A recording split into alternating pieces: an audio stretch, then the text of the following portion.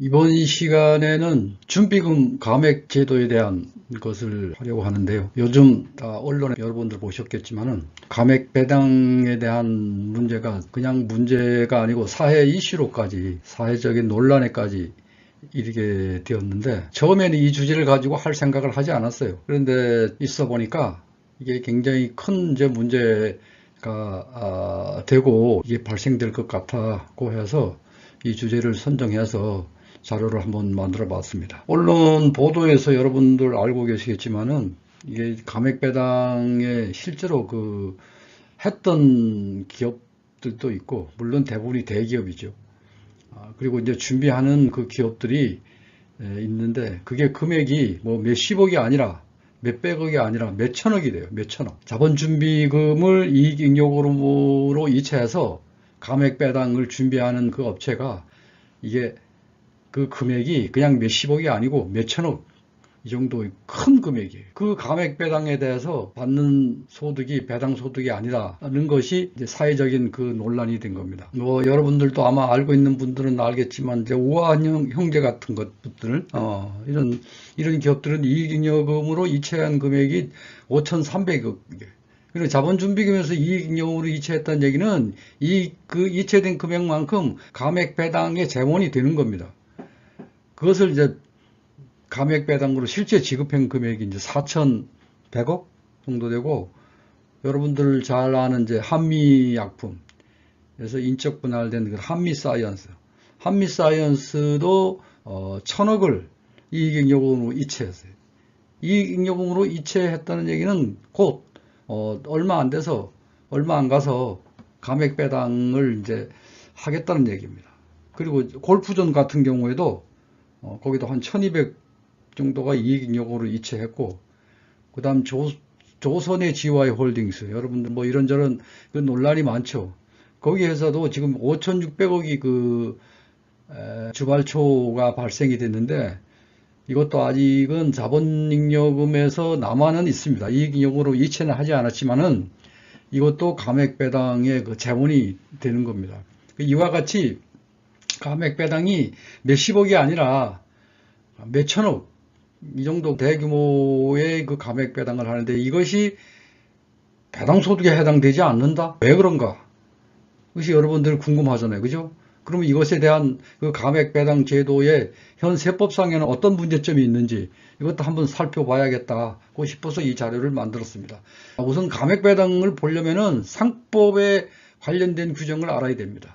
그리고 이제 세법의 이제 규정을 알아야 되는데, 상법의 규정을 보게 되면은 상법 461조의 2에 보게 되면 이렇게 나와 있습니다. 자본준비금 및 이익준비금의 총액이 자본금의 1.5배를 초과하는 경우, 자본준비금 플러스 이익준비금, 총액이 자본금의 1.5배를 초과하는 경우에는 그 자본준비금을 감액할 수 있다. 이익준비금 감액하는 건 이것은 다 잉여금에 대한 그런 배당이 되니까 이거는 문제가 없는데, 이제 문제는 자본준비금이죠. 자본준비금을 감액할 수 있다. 이것이 이제 2011년에 상법이 신설됐는데, 그러면 여기서 말하는 이 자본준비금이란 뭔가 이것을 알아야겠죠. 자본준비금에 대해서. 자본준비금이란 것은 회사는 자본거래에서 발생한 잉여, 자본거래에서 발생한 잉여금이 자본준비금입니다. 자본준비금.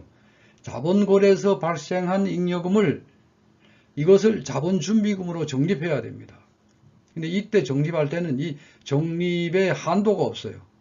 이건 강제적으로 자본거래에서 발생한 잉여금은 강제적으로 적립을 해야 됩니다. 다만 이건 한도가 없어요. 이익준비금은 한도가 있죠. 그죠? 한도가 있어요. 근데 자본준비금은 한도가 없습니다. 그리고 요건 이제 1항에 나와 있는 규정이고, 또 2항에는 어떻게 이렇게 나온 게, 이런 게 있습니다. 합병 분할하는 경우.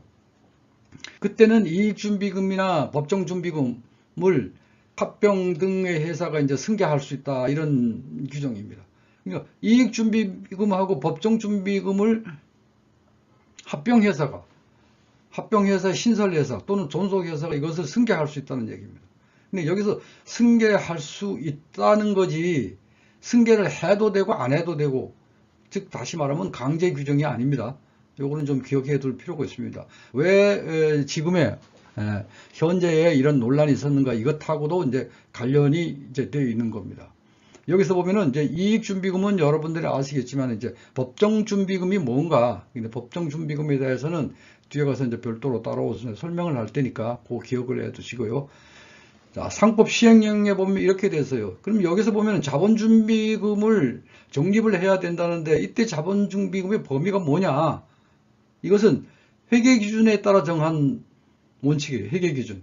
그러니까 상법에서는 현행에서는 없었습니다. 예전에는 상법이 그 자본준비금의 범위에 대해서 규정을 해 놓았었는데 지금은 그것이 없고 회계기준에 따라서, 그러니까 기업의 기준에 따른다는 얘기입니다. 그러니까 여기서 말하는 자본준비금이란 것은 우리가 회계상에 볼 때는 그 자본잉여금하고 같은 것이 됩니다. 자본잉여금이 결국은 자본준비금입니다. 자본준비금. 그렇게 알아두시고요. 그리고 결국은 자본잉여금을 이렇게 정리할 수 있겠어요. 제일 많이 발생되는 것이 주식 발행 초과금이죠. 그렇죠? 증자할 때. 이 증자에는 유상증자가 되는데 현금 증자일 경우에도 있고, 그다음 현물 증자. 대부분 이제 여기에서 이 사건에서 많이 발생되는 것이 공개 매수, 인적 분할 후 공개 매수에 대해서 최대 주주가 자기 주식을 현물 투자해서 주식 발행 초과금이 발생되는 경우, 그 다음에 합병을 하는 경우, 이때 주발초, 이게 가장 많이 발생되는 그 자본잉여금이죠. 그 다음에 감자 차익 하면서, 그 다음에 합병 차익, 그 다음에 분할 차익, 주식 교환 차익, 이전 차익, 주식의 포괄적 교환, 주식의 포괄적 이전에서 발생되는 그런 차익, 그 다음 자기 주식 처분이익 등이 있는데, 여기 합병 차익하고 주식의 포괄적 교환에 따른 차익과 이전 차익에 대해서는 뒷부분에 설명을 따로 하겠습니다. 이것은 여기 요 주발초하고는 조금 다른 개념이 되겠는데, 자, 그걸 기억해 두시고요. 우리 소득세법, 다시 말하면 세법에서는 어떻게 되어 있나? 여기서는 이제 법인세법은 들지 않고 근데 소득세법에 예를 들었습니다. 자, 소득세법에는 이렇게 나와 있습니다. 상법에 따라 자본준비금을 감액하여 받은 배당, 상법, 바로 이것을 말합니다. 상법에 따라 자본준비금을 감액하여 받은 배당은 배당소득에 포함하지 아니한다, 이렇게 돼 있어요. 배당소득에 포함하지 아니한다.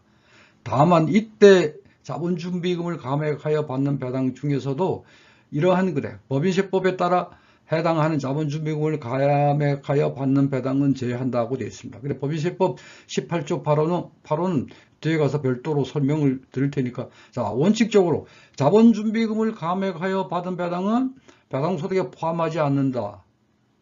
이것이 이제 우리 세법에서 2014년도에 신설된 규정입니다. 그러니까 상법이 2011년에 신설되었고, 거기에서 이제 3년이 지나서 이제 우리 세법은 이제 늦게 이렇게 들어왔는데, 자, 이 들어오는 과정에 있어서, 이것을 시행하는 과정에 있어서, 이 과세 당국이, 물론 이제 경제기획, 재정부가 되겠죠. 기획재정부. 그리고 또 국세청도 마찬가지입니다. 국세청 그 해석에서 굉장히 혼란을 주고 있어요. 왜냐면은, 결론부터 말하면 자본준비금을 감액하여 받은 배당은 그와 관련된 해석, 다시 말하면 얘기둥이 상당히 많은데 그게 전부 다 보면은 배당소득에 포함하지 아니한다고 되었어요. 그런데 이것이 보면은 이 배당소득을 포함하지 않는다는 이 세법에 대한 그 취지, 세법을 이것을 신설할 때 상법의 규정을 받아들이면서 세법에서 왜 배당소득에 포함하지 않는다는 그 취지대로 했다면은 이것이 아마 문제될 것이 없었을 겁니다. 이것은 저 개인의 생각입니다. 그래서 이 문제에 대해서 제가 이제 원고지를 제 1부하고 2부로 나눠서 굉장히 긴 원고를 실제 사례를 들어가면서 이것이 상법과 그다음 현행 우리 세법상의 이거 문제점, 이거에 대해서 분석한 글이 있습니다. 이것이 아마 그 3일 인포마인에는 원고를 줬습니다. 엊그저께, 며칠 전에 그 원고를 넘겼는데 아마 그것이 이제 곧 나올 거고, 아마 그 국세신문에도 이것이 아마 그 이제 곧 발표가 될 겁니다. 여러분들이, 여기 이 시간에 이게 부족한 것들이 있으면은 이제 거기에서 여러분들이 이제 보시면 되겠습니다. 준비금이란 것은 이제 상법상의 준비금이라 그랬잖아요. 예, 이 준비금의 감액 제도가 왜 이것이 신설이 됐는지 이 제도의 취지를 알아둘 필요가 있겠습니다. 예를 들면 이렇습니다. 이제 승계 가능한 준비금이 있습니다. 자, 이익준비금하고 법정준비금. 자, 이익준비금하고 법정준비금. 이 법정준비금은 가능해요. 합병 등에 따라서, 합병 분할 등에 따라서 이거는 승계가 가능한 준비금입니다. 그리고 승계가 가능하지 않는 것. 자, 여기서 임의준비금 또는 이월잉여금 같은 거는 이거는 합병이나 분할 등에 있어서 이거는 승계가 가능하지 않아요. 이건 상법에 그렇게 되어 있습니다. 그러니까 여기서 승계가 가능하지 않는 준비금, 다시 말하면은 임의준비금이나 이월이익잉여금이 이것이 합병이나 분할을 하면서 어떻게 되는가 하면 이게 자본준비금으로 전환돼요. 자본준비금. 주식 발행 초과금이나 또는 합병 차익, 이것으로 전환됩니다. 그러니까 이 준비금은 배당을 할 수가 없잖아요. 그렇죠? 자본준비금은 결손금 보전이나 그다음 준비금 자본전입이나 이외에는 자본준비금을 사용할 수가 없습니다. 그러니까 여기서 말한 것은 배당이 가능한 잉여금 등인데도 이것이 합병이나 분할 등에 의해서 자본준비금으로 전환됨으로 인해서 이 준비금 자체를 배당을 받을 수 없다는 이런 문제가 되잖아요. 그러니까 상법에서는 이 문제를 해결하기 위해서 그러면 어떻게 되느냐? 결국은 준비금 감액 제도를 만드는 겁니다. 무슨 말인지 이해가 가시죠? 예. 여기서 임의준비금과 이월잉여금은 이거 승계가 할 수가 없는데 승계가 할 수 없다는 것은 결국은 이것이 자본준비금이 된다는 얘기입니다. 여기에서 이익준비금하고 법정준비금은 이익준비금은 그대로 승계하고 법정준비금도 승계가 가능합니다. 법정준비금? 예를 들어보면 자본준비금인가 아니면 또 재편과 적립금과도 승계가 가능합니다. 그런데 앞에서 설명했듯이 기억을 하실 수 있겠죠? 승계할 수가 있다는 거지 그것을 강제하는 것도 아니에요. 강제하는 것도 아니에요. 그러니까 이것도 이익준비금과 법정준비금도 결국은 승계를 가능할 수 있다. 그러니까 승계를 안 하고 그냥 자본준비금으로 전환할 수도 있다는 얘기입니다. 그 정도로만 이해해 주시고요. 그러면은 여기에서 문제는 임의준비금이나 이월잉여금 같은 것이 있는데 이것이 배당 가능 잉여금인데도 이것을 자본준비금으로 전환됨으로 인해 갖고 이것을 배당을 할 수 없게 만들었어요. 그러니까 이 문제를 해결하기 위해서 상법에서는 그러면 준비금이라는 감액 제도를 두자고 만드는 것이 그 준비금 감액 제도의 취지입니다. 이것은 그 김건식의 그 회사법에 나와 있는 그 내용을 이제 요약한 것이고요. 그럼 우리 세법은 우리 취지는 어떻는가? 근데 세법에서는 준비금 감액을 배당 소득에서 제외한다 그랬어요. 그러면 그 제외하는 취지는 뭔가? 이렇게 나와 있습니다. 자본준비금을 재원으로 배당을 받는 것은 주주가 납입한 출자금을 반환하는 것과 동일하므로 과세에서 제외된다. 그렇죠? 주주가 납입한 출자금이잖아요. 준비금이란 것은 주주가 납입한 출자금을 그것을 받는 것이니까 그것은 당연히 과세에서 제외되어야겠죠. 그렇죠? 이 원래 취지는 이렇습니다. 주주가 납입한 출자금을 반환하는 것. 그런데 여기서 이제 문제가 되는 것이 이제 앞으로 이 시간에 이제 논의하려고 하는 것이 주주가 납입한 출자금보다도 더 많이 받았을 때 그럼 이 문제는 어떻게 해야 되느냐? 이것에 대한 그 계산 방법이나 그것이 세법에서는 전혀 없다는 거예요. 그냥 자본준비금을 감액하게 되면은 그 감액받는 그 소득에 대해서는 일단은 원칙적으로 배당 소득에 포함하지 않는 것이 그 세법의 기본 원칙입니다. 세법의 이제 기본 원칙입니다. 그럼 여기서 보게 되면은 세법에 이제 이런 규정이 있어요. 다만 이것이 자본준비금을 감액하여 받는 것은 원칙적으로 배당 소득에 포함하지 않는데 다만 주식 발행 초과금, 주식의 포괄적 교환 차익, 이전 차익, 감자 차익, 합병 차익, 분할 차익 이것이 아닌 준비금 감액은 배당에서 제외한다고 되어 있어요. 그래서 이것이 아닌 준비금은 이제 구체적으로 이제 여러분들 세법에서 규정이 나와 있으니까 그걸 찾아보시고요. 또 여기서 이번 시간에 좀 신경을 써야 될 게 합병 차익 중 재평가 적립금에 상당하는 금액.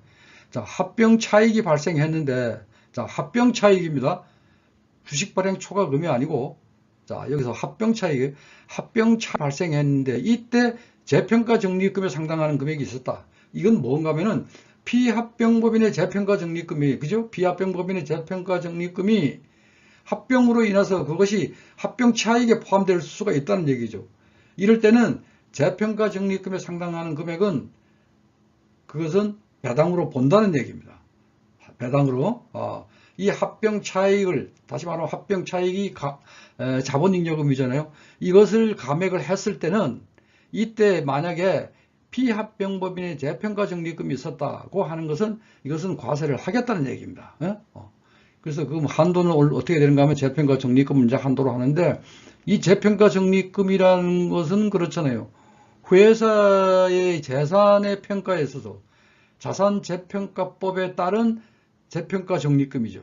그것이 자본준비금이죠. 자본준비금. 근데 이것은 자본거래로 인해서 발생된 잉여금은 아니잖아요. 그런 취지입니다. 재평가 적립금은 자본거래에 따라서 발생한 잉여금이 아니에요. 그렇기 때문에 이때의 자본준비금에서 감액하는 배당소득은 재평가 적립금에 상당하는 부분은 이것은 배당소득으로 포함한다. 그런 그 취지가 되겠습니다. 여기서 그러면 주주가 납입한 출자금을 반환하는 것은 내가 출자한 금액을 반환하는 것이니까 이것은 당연히 배당소득에서 제외한다. 이런 취지인데 그럼 이 취지에 따라서 우리가 한번 보겠습니다. 주주가 납입한 출자금을 반환받는 것은 어떠한 이익도 발생하지 않으므로 애초에 과세 대상이 될 수 없다. 그렇죠. 아니 내가 납입한 출자금을 반환받는데 거기에 무슨 이익이 발생돼요. 예를 들면 이렇습니다. 자본준비금 감액이 10,000원이에요. 근데 내가 주주가 납입한 출자금이 10,000원이에요. 그러니까 출자금을 그대로 받는 거니까 얻은 이익이 제로예요. 이건 당연히 과세 대상이 될 수 없죠. 얻은 이득이 없는데. 그런데 문제는 뭔가 하면은 납입한 출자금은 10,000원이고 자본준비금으로서 감액받는 금액은 20,000원이다. 이럴 때도 그러면 얻은 이익이 여기서는 10,000원으로 계산되는데 세법에서는 이것도 자본준비금의 감액이니까 배당소득으로 보지 않겠다 이겁니다. 요 뒤에서 이제 바로 설명이 되겠습니다만은 예를 들면 이렇습니다. 자본준비금 감액은 10,000원인데 내가 납입한 출자금이 없어요. 제로. 제로면은 얻은 이익이 10,000원이 돼야 될 거 아니에요.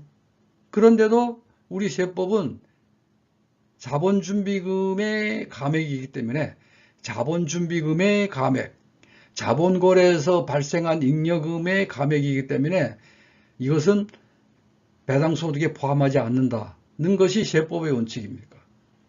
이러니까 어떻겠습니까? 앞에 그 예를 들었던 우한 형제들이든 뭐 골프존이든 그 다음에 그 한미 약품이든 이런 데가 이제 이런 것을 이제 활용하기 위해서 이제 활용하려고 이제 그 감액의 그 재원을 이제 겁니다. 그러니까 이것이 사회적인 논란이 됐죠. 그냥 논란이 아니라 이게 사회적인 논란이 된 겁니다. 그렇죠. 그러니까 이거는 제 생각입니다만은 세법이 상법의 제도를 받아들이면서 그 취지대로 주주가 납입한 출자금을 반환받는 것 이것은 과세를 제외한다는 바로 이거 이 규정에 따라서 이 취지에 따라서 운영을 했더라면은 그렇게 사회적인 논란까지는 되지 않았을 건데 결국은 이것은 그 기획재정부나 국세청에서 그 운영 과정이라는 것은 해석입니다. 이 해석에서 그 논란이 비롯된 것이 아닌가 저는 이렇게 보고 있습니다. 자, 그럼 다음으로 넘어갈까요? 배당과 관련된 보도 내용입니다. 새로운 K 밸류업 트렌드로 등장. 그렇죠.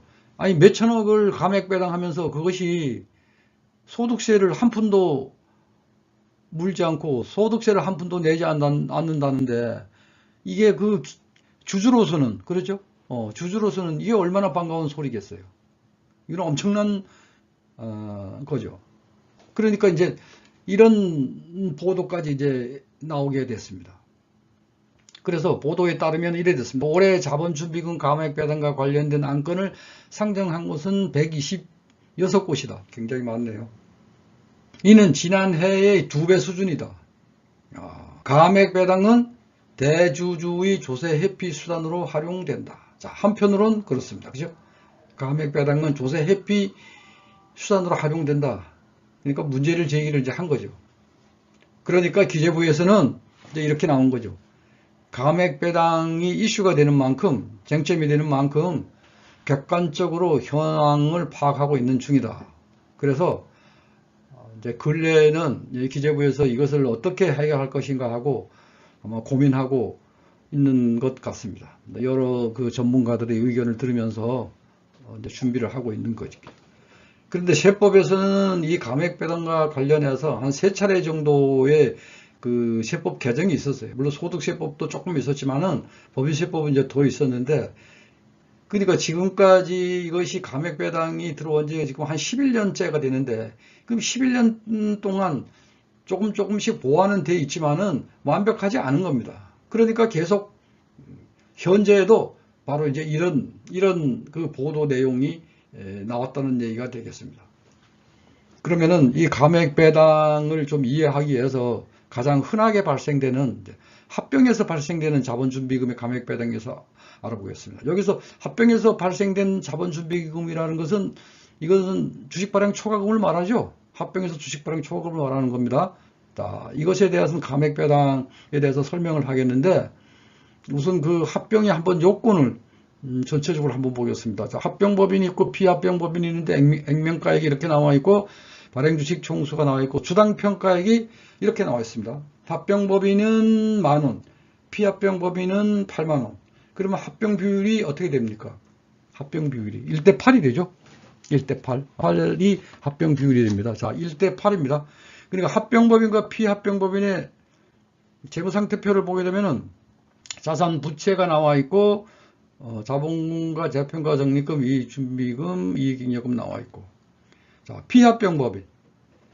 자산 부채가 나와 있고, 자본금 주발초가 나와 있고, 재평가 적립금. 자, 재평가 적립금을 요게 파랗게 해놓고 이제 체크를 했어요. 그만큼 여기서 여러분들이 기억을 하고 있으라는 얘기입니다. 피합병법인의 재평가 적립금이 15억 있습니다. 피합병법인. 합병법인의 재평가 적립금은 이건 의미가 없습니다. 이 감액배당에서는. 자, 피합병법인의 재평가 적립금이 15억 있어요. 왜? 이 15억이 합병이 되면 어떻게 되죠? 주발초로 변경이 되거나 전환이 되거나 아니면 합병 차익이 되거든요. 그럼 그것을 감액배당의 재원으로 활용할 수 있잖아요. 그랬을 때는 이 재평가 적립금을 어떻게 할 것인가? 바로 이것을 얘기하려고 그런 겁니다. 자, 피합병법인의 재평가 적립금이 15억이 있다. 이렇게 보시고요. 다음을 보겠습니다. 여기서 보게 되면은 우선 합병 회계를 보겠습니다. 합병 회계. 다시 말하면 합병법인이 합병하게 되면 합병 회계를 해야 되잖아요. 그죠? 합병 회계 되면은 자산과 부채, 이거는 피합병법인의 자산과 부채죠. 자, 그리고 1대8로 합병에 대해서 계산하게 되면 이와 같이 계산이 나옵니다. 자, 증가한 자본금이 20억이 나오고 주발초가 60억이 나와요. 그리고 이쪽 차변에는 이제 영업권이 발생되고. 자, 합병 회계에서 자, 주발초가 이렇게 나옵니다. 이 주발초는 뭐죠? 이 자본준비금이죠. 자본준비금면서 이 시간에 하는 감액배당의 쟁원이 됩니다. 자, 60억이 감액배당의 쟁원이 됩니다. 그럼 합병 후 존속법인의 회계, 합병 후 존속법인 회계는 자산부채. 이 자산부채는 어떻게 나온 그 금액입니까? 합병법인하고 피합병법인의 자산부채를 합친 금액이죠. 그리고 그 다음에 이제 여기에서 이 금액이 이제 나오게 됩니다. 자, 영업권이 나오고 자본금이 나오고, 자본금이 여기서는 2억 5천이었었는데 여기서 20억이 증가해갖고 합병 후 존속법인의 자본금이 22억 5천이 된 겁니다. 그리고 주발초가 나오지. 주발초는 여기서 이제 그대로 나오고, 그리고 나머지가 쭉 이렇게 나옵니다. 그럼 여기에 나와 있는 재평가적립금, 이익준비금, 이익잉여금은 이건 합병법인에 있던 거예요. 여러분들이 혼동하지 마시라고. 이 재평가적립금은 비합병법인 게 아니고 합병법인 겁니다. 합병법인 거. 그러면은 여기에서 보게 되면은 여기에서 보면은 자본준비금이 주식발행 초과금이 60억이 발생되는데 여기에 나와 있는 대변에 나와 있는 이 금액 20억, 60억은 이건 어디서 나온 건가 하면은 사실상은 여기서 나온 금액입니다. 여기서. 그렇죠. 이게 원래 피합병법인이 가지고 있던 거잖아요. 피합병법인의 자본금, 주발초, 재평가 적립금 이 금액이 아니에요. 이게 60억이 아닙니까? 그죠? 이 60억. 이 60억. 그러니까 다시 말하면 이렇게 된 겁니다. 여기에 자본금, 증가한 자본금하고 주발초 이 80억 속에는 이런 금액들이 포함되어 있다는 얘기예요. 그렇죠. 그렇게 연결해서 볼 수 있잖아요. 자본금으로 증가한 자본금이 20억이고 거기에서 주식 발행 초과금이 60억이 발생됐어요. 그럼 이게 전체 80억이 늘어난 거죠. 80억이. 자, 이 80억의 구조를 보면은 연관을 시켜 본다면은 결국은 피합병법인에 나와 있는 이 자본금, 주발초 이 금액, 이 금액들이란 얘기입니다. 이 금액의 일부가 여기에 와 있다는 얘기입니다. 그죠? 여기에 20억, 60억, 80억 속에 들어가 있다는 얘기예요. 그럼 여기서 보면은 20억, 60억, 80억인데 여기서는 60억. 그럼 20억 차이가 났잖아요. 20억 차이는 바로 여기서 발생된 거죠. 이렇게 이런 구조로도 여러분들이 한번 생각해 보시라. 그래서 이제 이런 자료를 이제 만들어 왔고요. 자, 그러면은 이게 이제 합병 후 존속법인인데 여기서 지금 감액 배당을 준비하고 있습니다. 왜냐하면 여기 자본금이 있으니까 자본금. 자, 자본금이 60억, 자본 준비금이 60억이 있는데 이것은 감액 배당을 할 수가 있잖아요. 그죠? 감액 배당의 재원이 됩니다. 근데 이 감액 배당을 하려면 감액 배당의 그 준비금에 대한 그 감액 배당에 대한 한도를 계산해야 됩니다. 그렇죠? 자, 맨 앞에서 그 상법에서 봤듯이 자본 준비금하고 이익 준비금의 합계가 자본금의 1.5배를 초과하는 것은 감액 배당할 수 있다. 그렇게 돼 있죠. 그래서 자본준비금하고 이익준비금 합계하고 자본준비금의 1.5배를 초과하는 금액을 계산해 보니까 감액 배당 한도가 36억 2천, 36억 2,500이 발생됩니다. 자, 자본준비금이 60억이 있지만은 이 감액 배당을 할 수 있는 그 금액은 36억 2,500이다. 이렇게 이해하시면 되겠습니다.